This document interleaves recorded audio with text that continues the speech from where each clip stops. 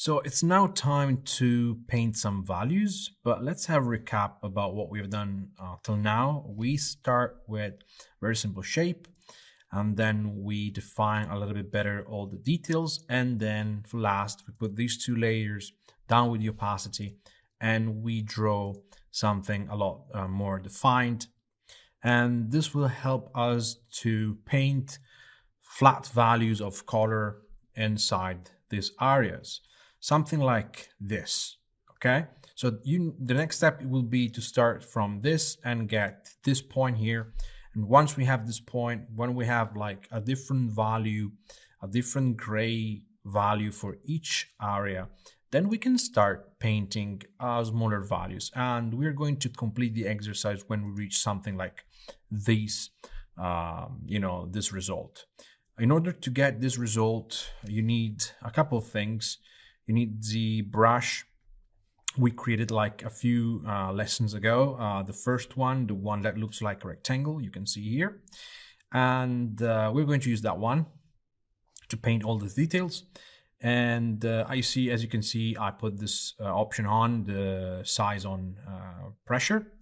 And then since we need to pick values from these gradients, while you have a brush, you can press Alt on the keyboard and you get the picker, you see. And if you press, you get this kind of a ring that show you on the bottom half the old value and on the top half the new value. And you can tell immediately if the new color is brighter or darker than the old one. This is very, very important, okay? So to have like this, something like this, you need to go in here, edit, preferences, general, and then here, you see, you need the hue color picker, use strip. This is what I have right now. If you can't see this, it's because your graphic card is not working correctly. So you need to go here under performances and turn on use graphic processor. This should be on, okay? Otherwise, you're not going to see the ring. You're not going to see that useful, I would say, odd.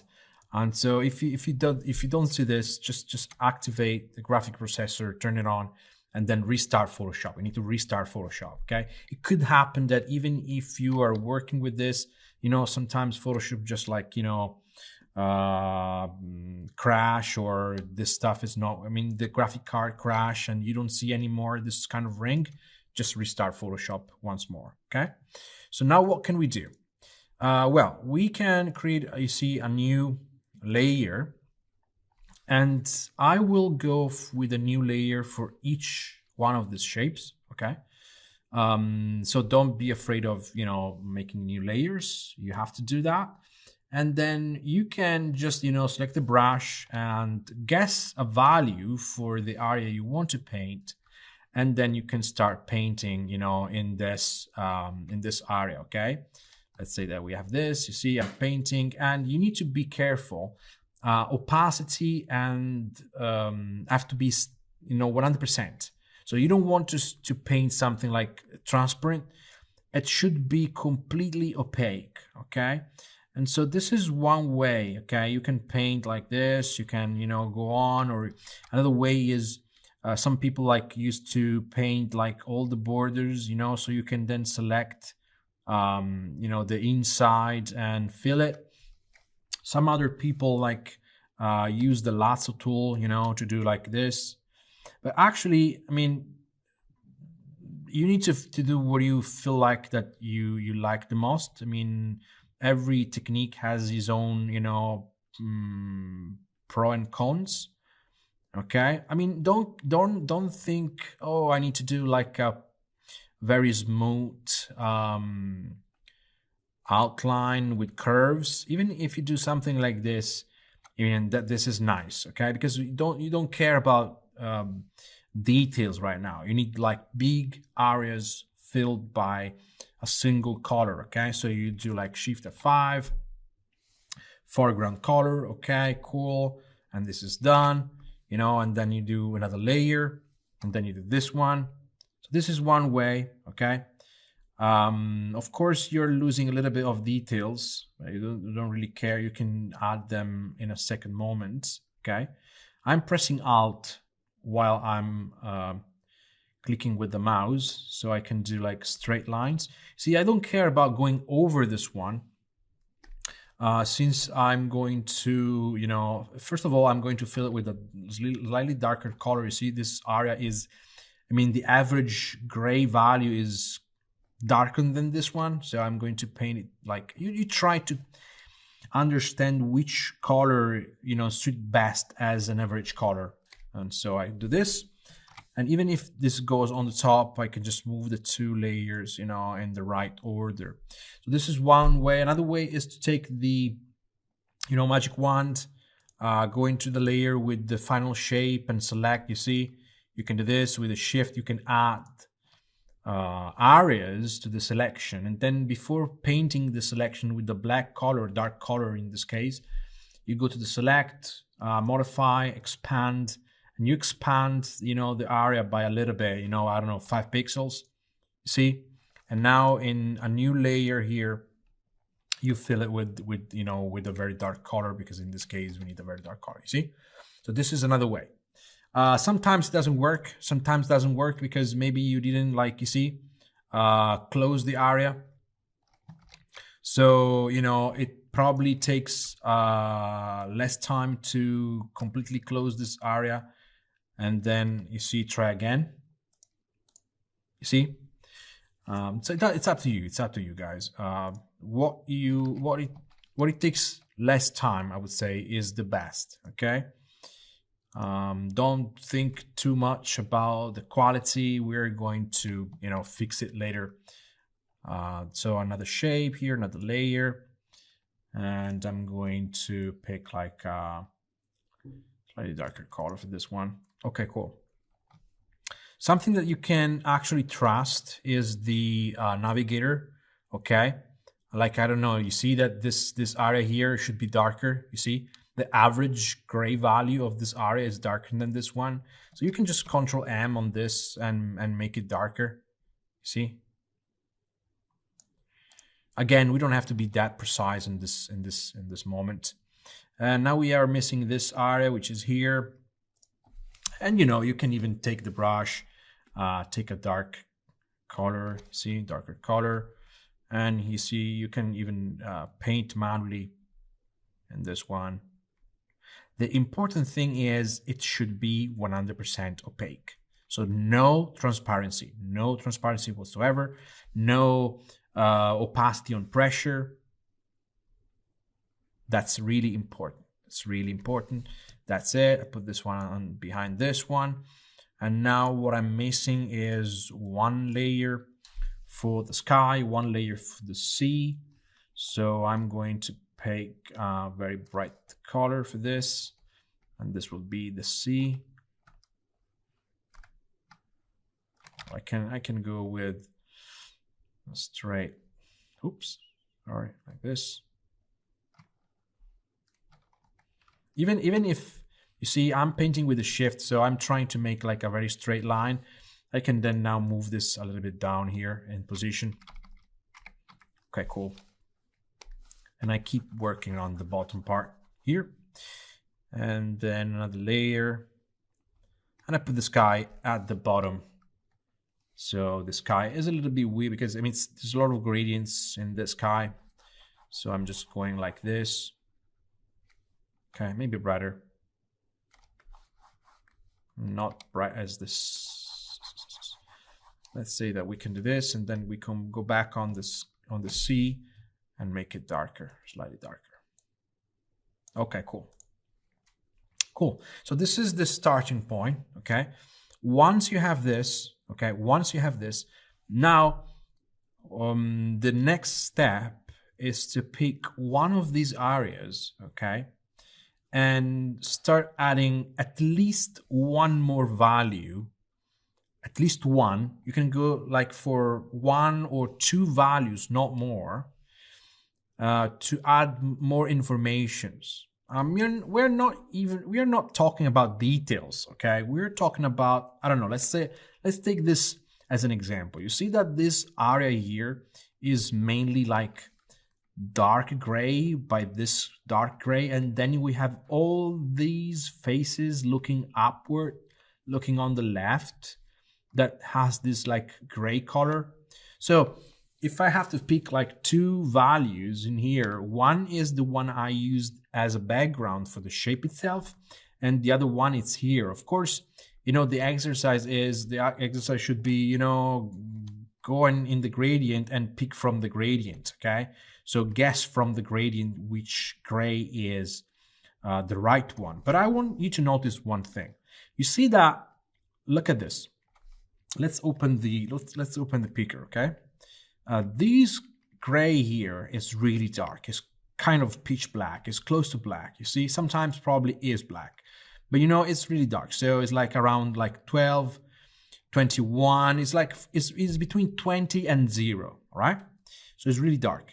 And then this one, you see, is like 53, 64. You see, is around like, is between 30 and 60, okay?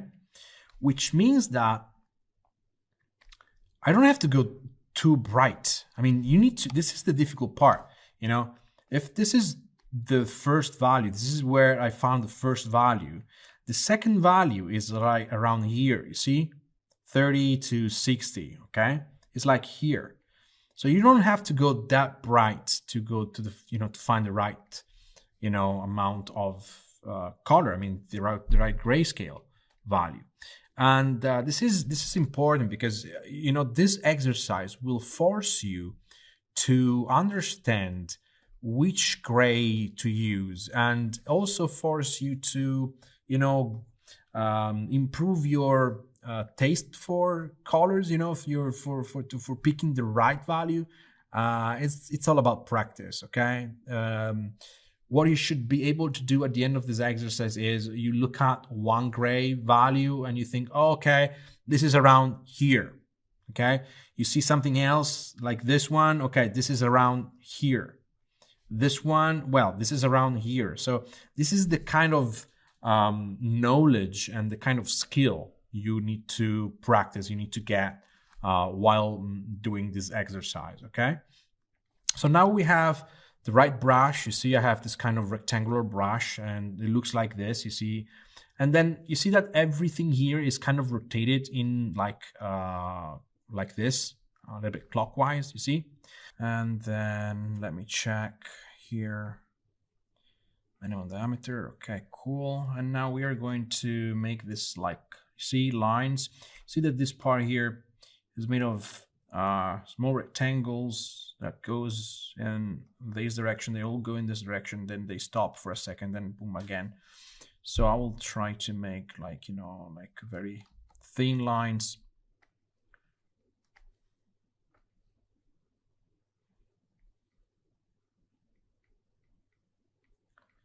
Just to give the feeling of,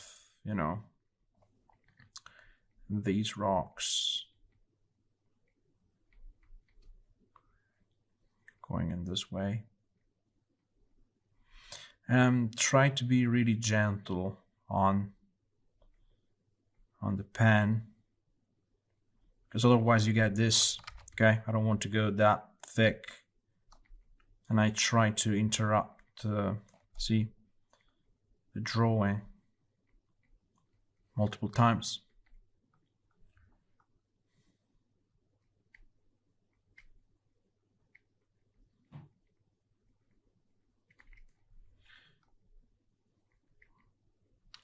I mean, trust me, it's not easy for me to, paint and also to talk in English and, think about what I need to do, what I feel to do. So it's a lot easier for me to paint when I'm not talking. I can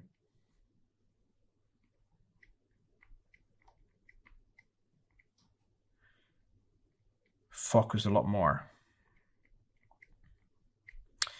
I mean, one way of dealing with this stuff is to, oops, I painted on the layer. I should paint on a second layer. So this is what you can do. Add the second layer, add this, and then paint on the second layer.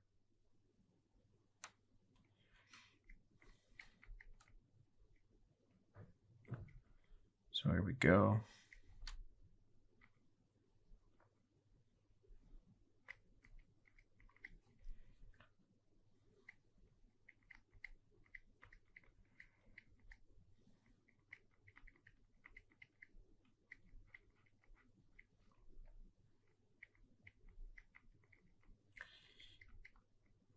Keep some space between every stroke, so it looks like we have some shadows, you know, reaching down.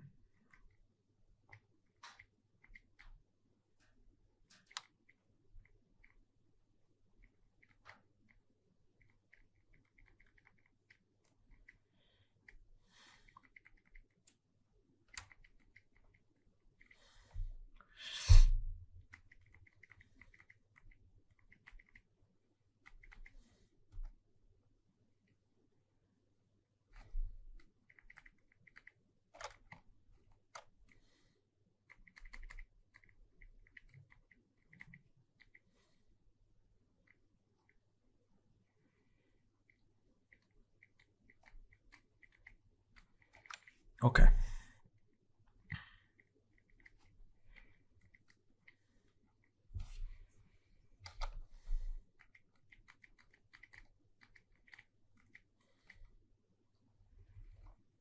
Okay, cool.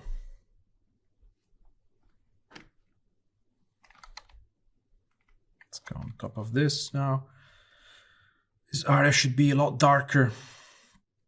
So I can like restart with, you know, a darker value, you see, put this darker value everywhere, and then I put on a new layer on top. Always the Alt button. Then we have this big chunk of rock in light. Then we have this the one that should be even smaller, but and brighter. But we can do this later.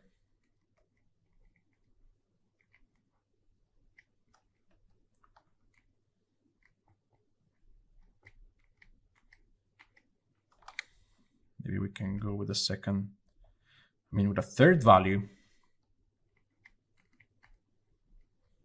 Okay, this part is in shadow. Okay, cool. Now the big guy here. I think that the most important thing we can try to do right now is to paint those dark, lines, just to define where the stuff will go. Okay, so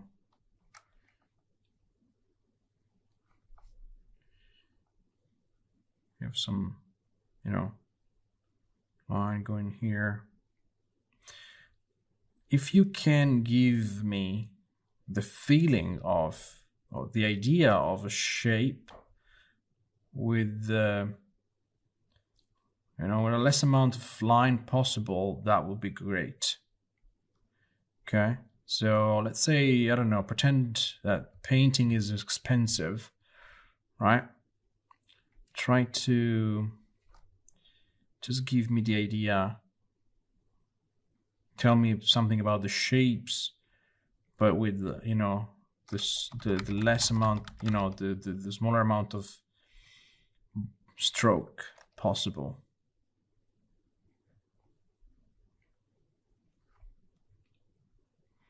There's always time to add.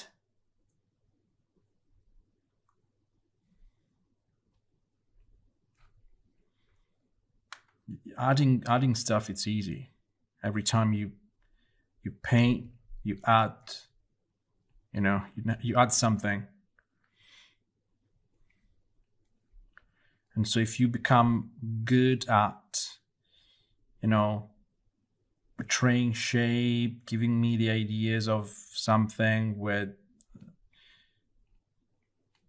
a small amount of lines, that's a lot better because you have, first of all, you have more time to do other things.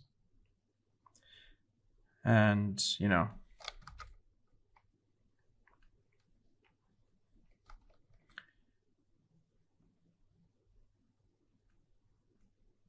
it will look better.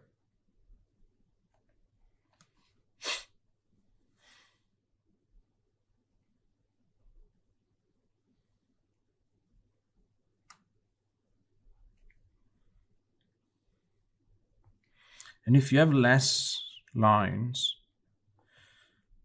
that means you also have less errors, I would say. Okay.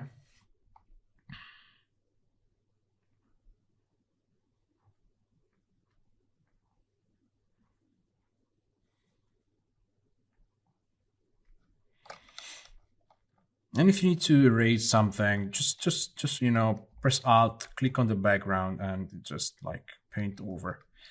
That will, you know, put you in the right habits, with the right habits to, you know, paint with a single layers instead of having more than one layer. Because, you know, now we are kind of cheating. You know, if you paint on a canvas, you have only one layer. But now we have more than one because we're in Photoshop, which is okay. I mean, nobody forced you to work on just like, you know, a single layer. But, you know, from a mixing point of view, when you need to, you know, blend together colors and shapes, if you have everything in like one layer, you know, it's going to be a lot better.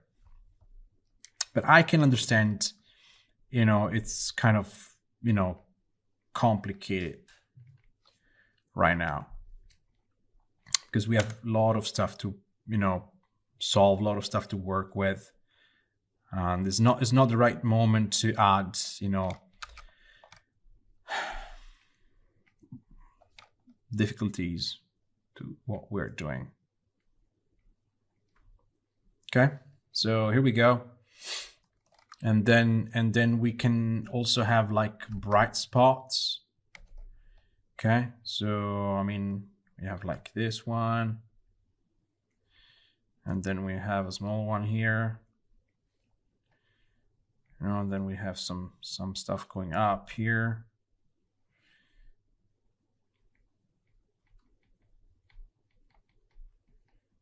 We have all this stuff here.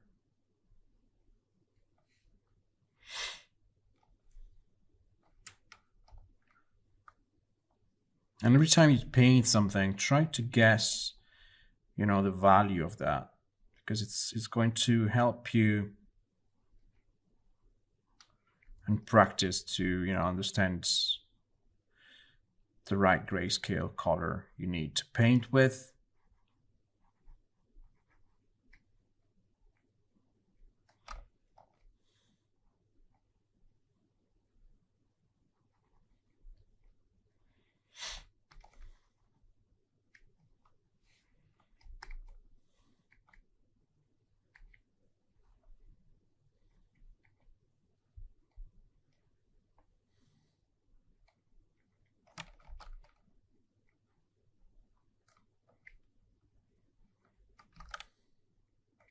And don't be afraid about going back, Control Z.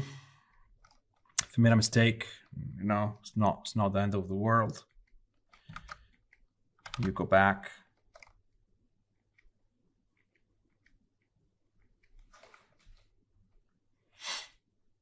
Okay, cool. Now this area here.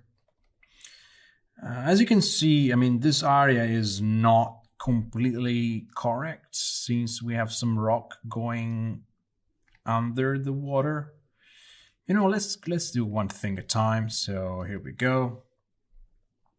Now these areas should be a lot darker. We can just paint the shadows. So here we go.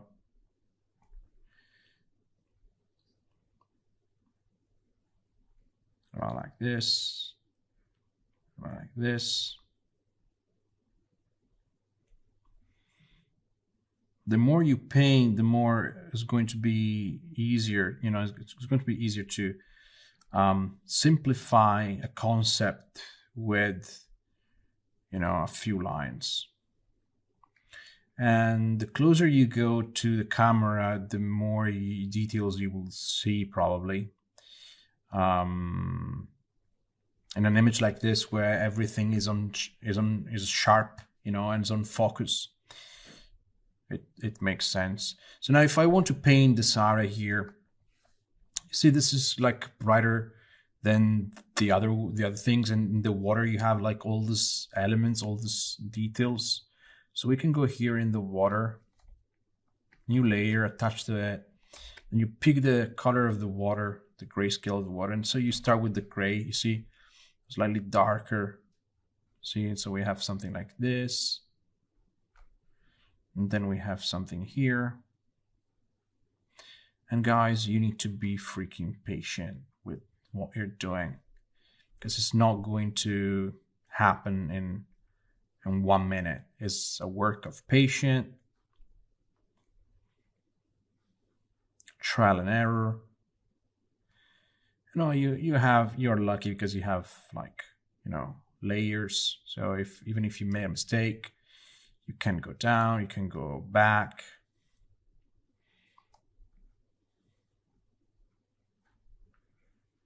Okay, cool. So now we have this brighter. Okay, cool. Now it works.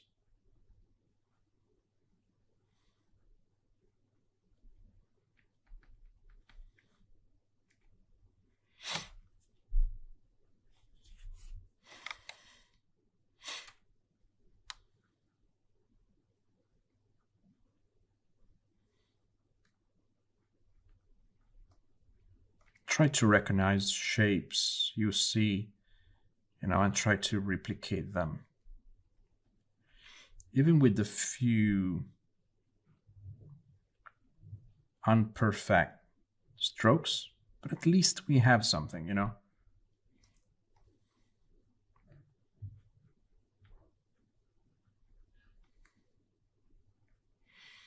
Then the reflection of the water becomes too strong, so we can't see anymore.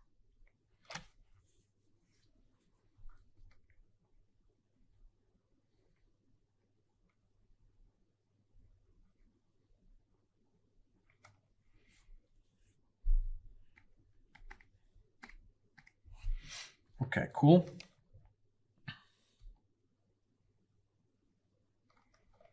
Now this part is kind of, I mean, well, we need to finish this one. See that we have slightly brighter details in here.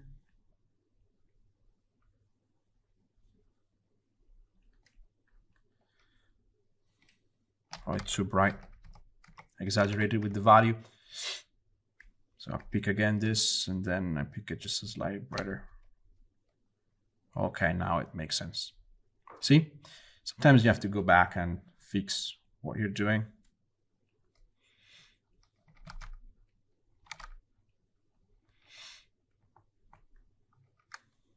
And you see, for example, in this case, this black holes we have in the shape, you know, we can just, you know, create them straight away. So, you know, I know these are details, but, you know, it's just, this is very close to the camera, so you can have a couple of them just to remember about them if you want. Okay, cool. Now this area here,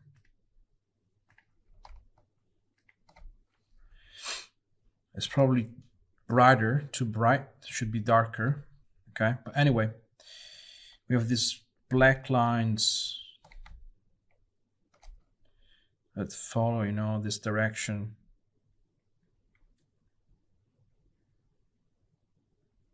Because the ground is like doing this. If you see from perspective, from the side, so we have all this, you know, dark areas.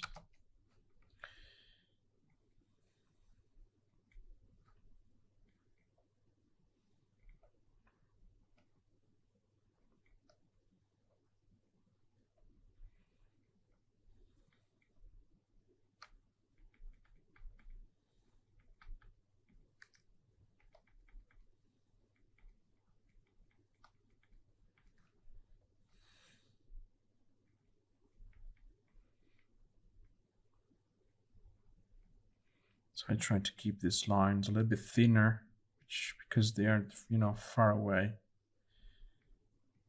I mean, we can even make like a custom brush later on to deal with, this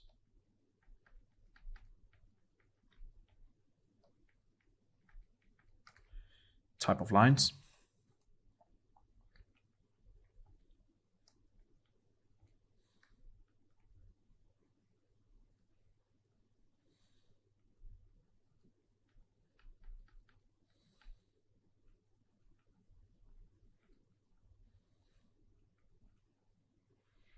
And the number of them is important. Don't exaggerate. If you can't tell me the story with a few of them, don't like paint double the amount.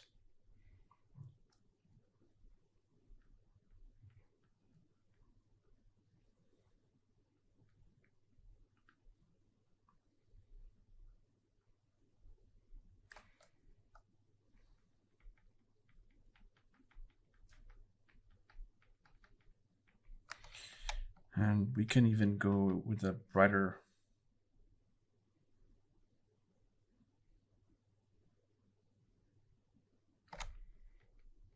Oops, too dark.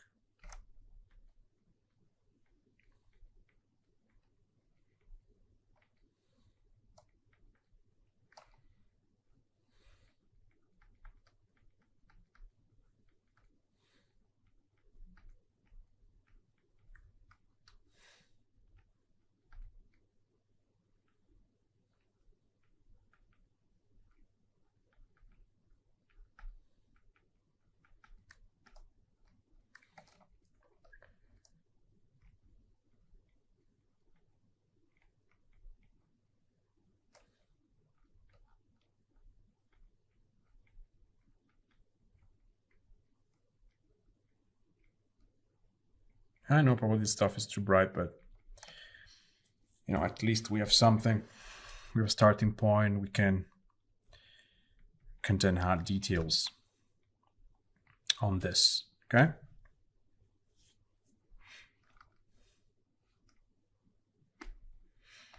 So I can go over the water now again.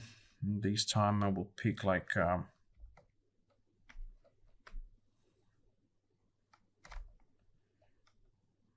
line here, and I try to be like very, very flat and thin with these lines, so they look like they're in perspective.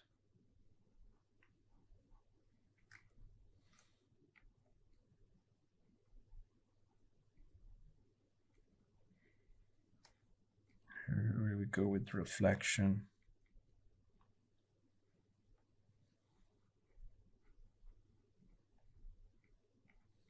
Water moves, and when water moves and the photo has a long exposure, like probably in this case, you don't see waves anymore. Everything becomes kind of matte.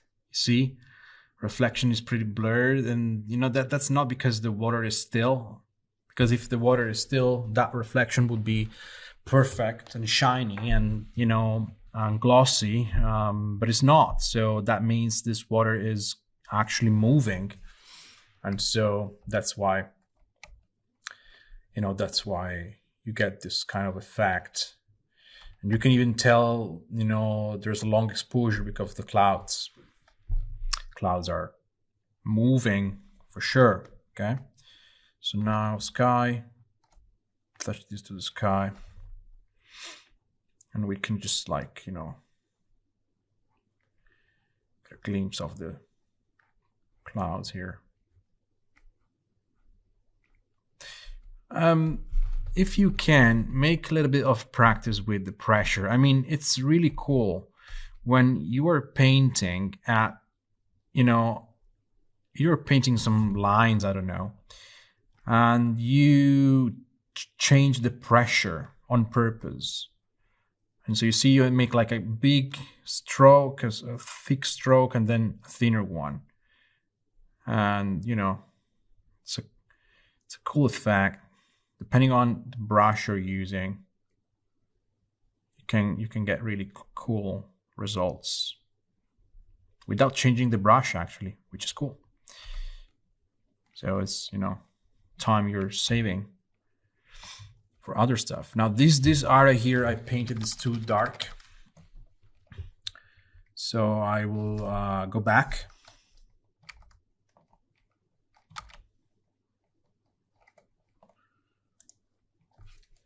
Let's say just paint over and just pick a slightly darker value. Here we go.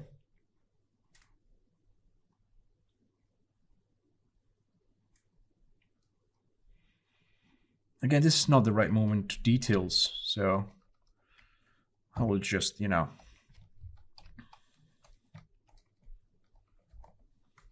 paint some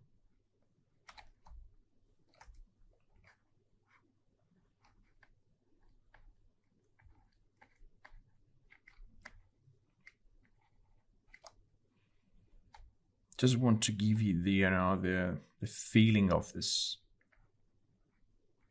moving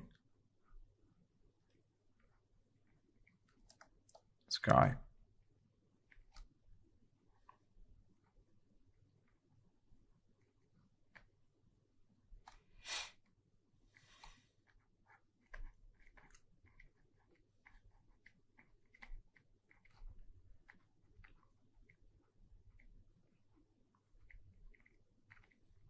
Okay. Oops. Sorry.